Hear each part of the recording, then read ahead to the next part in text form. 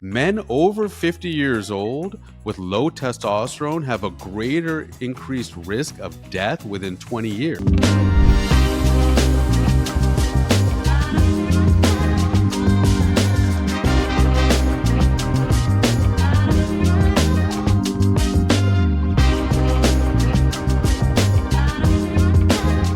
Hey guys, welcome to another episode of the Dr. Akash Show. I'm Dr. Akash Bajaj.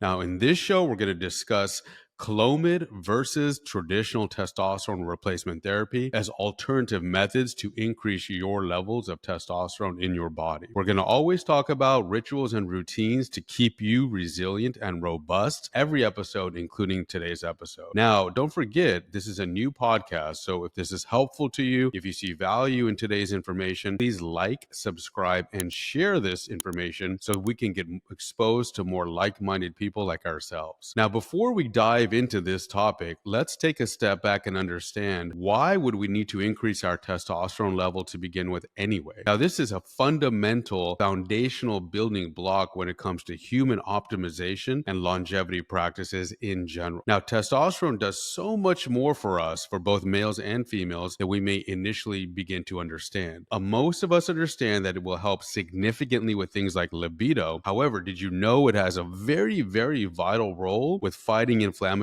processes? It acts as an anti-inflammatory hormone as well. But ultimately, as we begin to discuss why we want to increase testosterone and all of these effects that we're going to get into with, things like foggy thinking, just decreased libido, basically your life being in black and white or grayscale when it used to be in color, right? And you just don't have that same vigor, that same enthusiasm for life. Maybe your energy isn't where it needs to be. It's just harder to get through your day and think clearly. We're going to get more into this. Take a step back, guys, and understand men over 50 years old with low testosterone have a greater increased risk of death within 20 years than men with normal testosterone levels. In addition to that, 33% of men with low testosterone, regardless of age levels, have an increased risk of death overall than men with normal testosterone levels. So guys, this is much bigger than just talking about the symptoms of low testosterone, right? This actually directly improves your longevity and your lifespan and your health span at the same time, which is incredibly important. This is all data-driven information I'm sharing with you, right? Not to mention the fact that if you're starting to feel foggy when you're thinking, you're starting to just not be as sharp as you used to be. Maybe you're working out, but you're finding it more and more difficult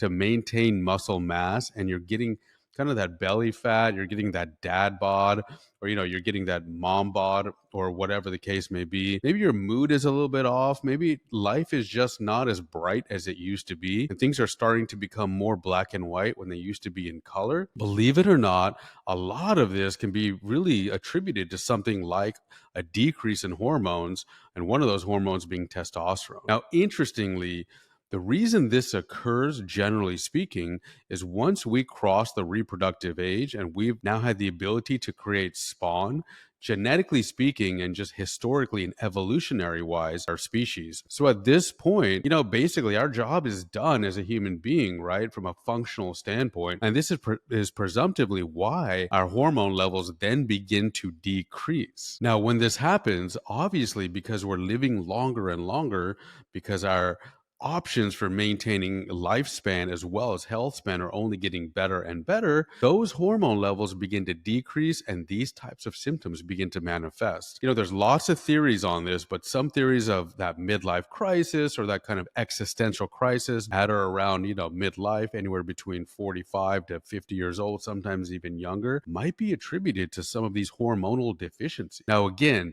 when you start to feel like, just harder for me to get out of bed. I'm not as ambitious as I used to be, or I'm just not as excited about my life as I used to be. And I don't know why. I'm still going to the gym. I'm not seeing the gains. I'm just not very clear on the way that I'm thinking about things. I find it more and more difficult to really kind of problem solve. Maybe I have a harder time dealing with stress. My stress coping mechanisms are changed. Maybe I'm just more melancholy and more kind of depressy overall. But I can't really explain why, because there's nothing overtly wrong in my life, right? And I'm doing everything that I think I need to be doing, but I'm just not feeling the way that I used to feel. Like I said, things are becoming more grayscale grayscale or more black and white in your life when they used to be vivid color and you can't explain it, a large part of that might be this. Might be something like looking into your testosterone levels. In addition to that, 33% of men have an increased risk of death from any cause with low testosterone compared to normal levels of testosterone, any age demographic. So this is much bigger than just talking about testosterone's effects on how it makes you feel. This is also something that is very directly related to your longevity and your overall lifespan and health span on this planet. Now that problem is, going to affect many of us, if not frankly all of us, because in today's world, with the level of stress that we're dealing with and just the overall environment that we're living in today, the overall levels of testosterone is in males specifically is far lower at baseline averages than it was in the 40s and 50s. So let's say a male in the 40s and 50s at 35 years old, for example, would have an average baseline level testosterone approaching 1,000. Now that same person in that same age demographic pool will have an average testosterone level, maybe half of that. Right now, of course, we can talk further in another conversation about lifestyle issues and environmental issues and kind of these broader topics. But today, I really want to focus on the fact that these issues are present, they are objectively affecting us, and what can we do about it? Ultimately, one of the major hormones to optimize, one of the foundational and fundamental building blocks here that so much of your optimization program and your optimization journey may build upon is testosterone. In this conversation, we're going to discuss two primary mechanisms of increasing your testosterone level. Mechanism one is going to be testosterone replacement therapy, which is traditional exogenous or coming from the outside of the body testosterone delivery. Now, that delivery might be in a cream, in a gel, in an injection, or in a pellet. I have a previous podcast discussing these different delivery mechanisms and diving deeper into that. We're not going to discuss that today, but if you have an interest, check back at my previous podcast or YouTube video for that information. An alternative to that would be to increase your endogenous or your internal testosterone levels by using something called CLOMID. Now, CLOMID is a very interesting medication. The way that CLOMID works, what we call its mechanism of action, is basically it turns off a certain receptor response. Now, let me tell you what I mean by that. In a normally functioning individual, our pituitary gland, which is a small endocrine organ that we have, basically sends messenger molecules or signaling molecules down to the testes and to the adrenals, say, we need more testosterone, create testosterone, please. So, you'll get a signal from the pituitary saying, and that signal is called LH or luteinizing hormone. And that luteinizing hormone will basically say, go, go, go on testosterone. Give me more. Make testosterone. Dear testosterone factories, go ahead and produce, right? But when you have higher levels of testosterone, you can sometimes convert to estrogen, and then that estrogen can actually act as a negative feedback molecule. Basically, what that means is that estrogen can then go back to the pituitary gland, and it will now tell the pituitary gland by activating certain receptors, hey, Mr. Pituitary, we have enough testosterone in our body currently. Please go ahead and send the signal or stop sending the signal to make testosterone or send a different signal to decrease testosterone. In this case, it will decrease the signal to make more testosterone. So that estrogen will then activate that particular receptor, which will then tell the pituitary gland, stop sending luteinizing hormone. And when you stop sending luteinizing hormone, you decrease testosterone production, right? That sounds very complicated, but let me break this down in simple terms. So think about testosterone molecules as little soldiers on a battlefield, right? And think about luteinizing hormone as a signal going to those soldiers. And now think about your pituitary gland as the colonel up in the ivory tower who's giving the signal. So the colonel says, hey, we need more infantry. We need more soldiers on the battlefield. more testosterone, right? But every once in a while, when there's too many soldiers on the battlefield, one of those soldiers may go back to the colonel or to the captain and say, Captain, we have enough soldiers on the battlefield. Please stop sending the signal to send more soldiers. And then the captain will say, okay, well, I'm going to go and stop sending the signal. And when we stop sending the signal, there are no more soldiers going to the battlefield. And when that happens, eventually those soldiers,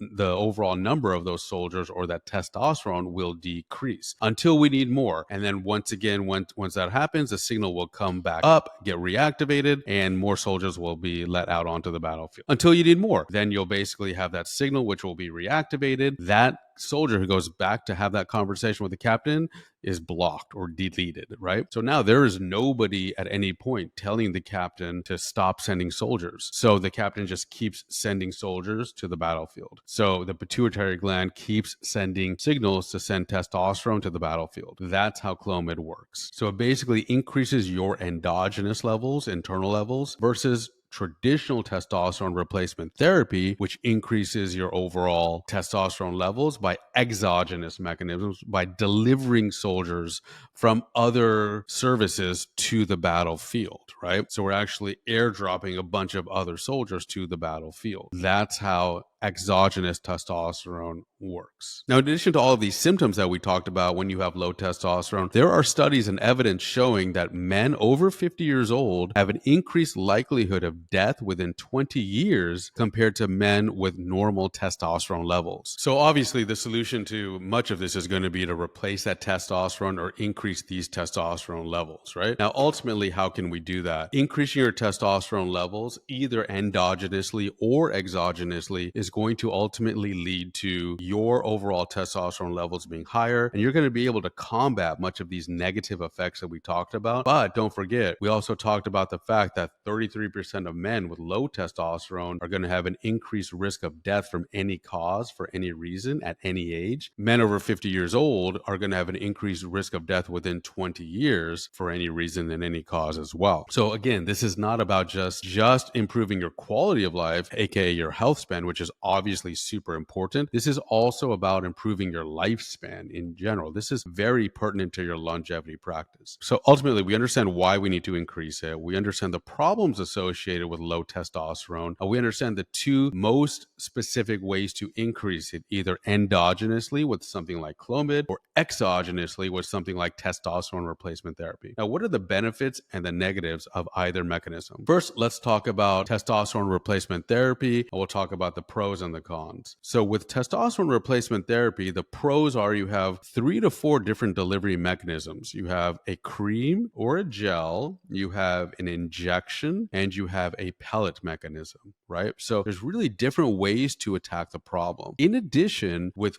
exogenous testosterone replacement therapy or TRT, you also have a more rapid improvement in your symptoms as compared to endogenous improvement or Clomid. So a much more rapid increase in your overall testosterone levels, which leads to improving your quality of life much, much quicker, right? So some of the challenges with Clomid are the following. When utilizing Clomid and increasing your body's endogenous levels of testosterone or internal levels, it takes much, much longer than it normally would with something like TRT. So when you use TRT, you tend to have a much more rapid improvement in symptoms. Your life quality gets better much, much quicker. But with Clomid, it can take much longer to increase levels. Additionally, you may not be able to hit higher levels with Clomid. So it all depends on where your baseline level is and where you're starting from. Furthermore, there are some patients that have demonstrated no appreciable benefit or effect with Clomid-induced increased levels of testosterone. So for those patients, it's simply not an option. Unfortunately, you won't know if you fall into that category until you try, and that could be more potential wasted time. And finally, some patients with Clomid actually have certain side effects like blurry vision and vision disturbances and vision problems. So you got to keep all of that in mind when it comes to Clomid. Now with TRT, things to keep in mind, certain challenges I've discussed in previous podcast episodes. So I would ask you to refer back to those episodes discussing testosterone in detail and TRT in detail, where we go into these these potential side effects, and I break down the science and the data-driven conclusions to really dissect all of that. Now, guys, as always, end our conversations with rituals and routines to keep you resilient and robust. Now, rituals and routines here, fundamentally, before looking into other methods of increasing your own testosterone levels, there are things you can do today to improve that immediately. Number one, if your diet and nutrition is not where it needs to be and you're not tracking your macronutrients and you're not measuring your intake, you may start to notice an increase in your body fat percentage. And when you increase your body fat, you are increasing your body's estrogen stores and estrogen storage capability. And when you do that, you are going to change as a male your estrogen to testosterone levels, which is going to mimic and basically act like you have low testosterone, regardless of what your laboratory results may be. So increased body fat has a direct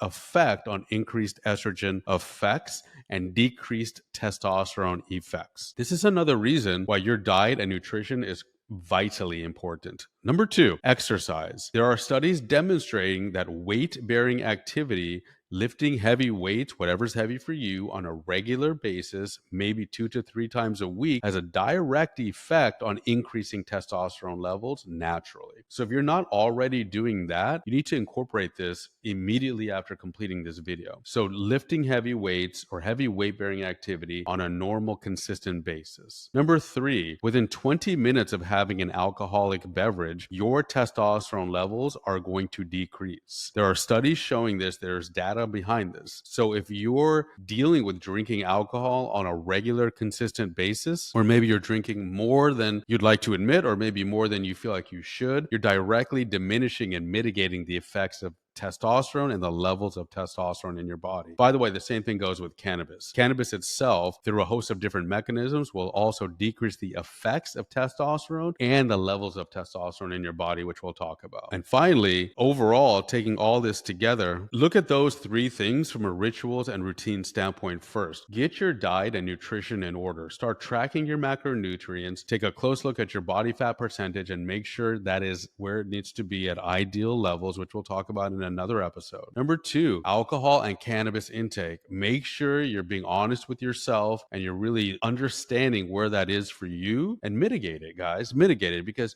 there's no point in doing TRT or CLOMID or any of this stuff if you're just going to get hammered every weekend and you're going to drop your testosterone levels anyway, right? And finally, number three, exercise. Heavy weight-bearing activity on a regular, consistent basis. Do those three things first. Get those three things dialed in. Make those things part of your weekly rituals, part of your daily routines, and that alone may bump your testosterone level up a few hundred points. It is very significant. Resilience. We always talk about resilience, which is the ability to deal with difficult things in your life, emotionally, physically, or psychologically, and move forward as quickly and as efficiently as possible, right? Your body is a Ferrari that has been given to you by the greater God or purpose or whatever you want to call it, right? So your Ferrari needs to be well taken care of in order for you to compete and win on the racetrack of your life. So that's the first thing, guys. If you want to be resilient, it's imperative to incorporate certain rituals and routines that not only we've discussed here, but we've discussed in previous episodes. And finally, being robust. Robust for us and for our conversation is being the most powerful version of yourself that you can be. You can do it, guys. You can become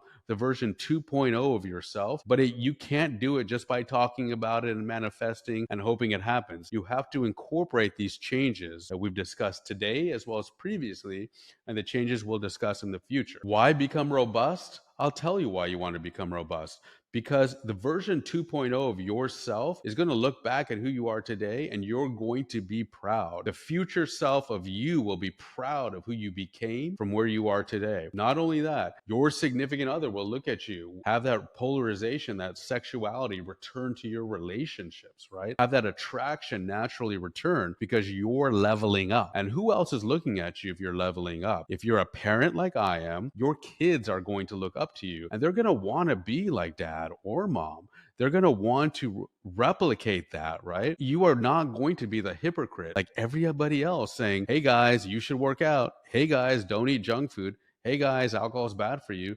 Well, you're sitting there literally doing the total opposite thing directly in front of them. Don't be that guy. Stop being that guy. Become the robust, most powerful version of yourself. Not only because you're going to gain self-respect, which alone is going to boost your self-esteem, but you're going to set an example for the people around you. You're going to restore that polarity and sexuality in your relationship, and your entire quality of life is going to skyrocket, guys. I see this in my clients all the time. I speak from personal experience. This is not an if, this is an absolute. So guys, I hope this episode was very helpful for you.